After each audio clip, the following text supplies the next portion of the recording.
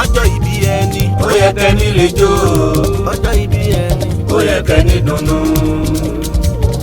Alájà Abdulganiyu Aremu òní ńlá bí ẹ ó yẹ kó jó.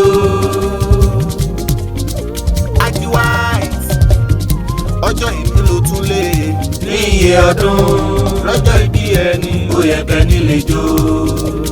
adé fa ọmọ ẹjọ́ lé àròyé mi orin ni iṣẹ́ eléyìí nítorí bàbá mi ni Alájà Abdulganiyu Aremu ojúure àdúrà mi gbà ọlá onípẹ̀kun Aji White ọmọ wọn ní Ọ̀yọ́ Aláàfin òjò pàṣẹ kẹrẹmàdé ọmọ Àtìbà ilé aláòdì ìnílé bàbá rẹ ìyá tó bí ẹnì kó kíá jẹ́ kí n mú ọ lọ síbi ìyá alákàgbọ̀n babalákàká jẹ́ ń dúró ná òfé òjèrè àwa.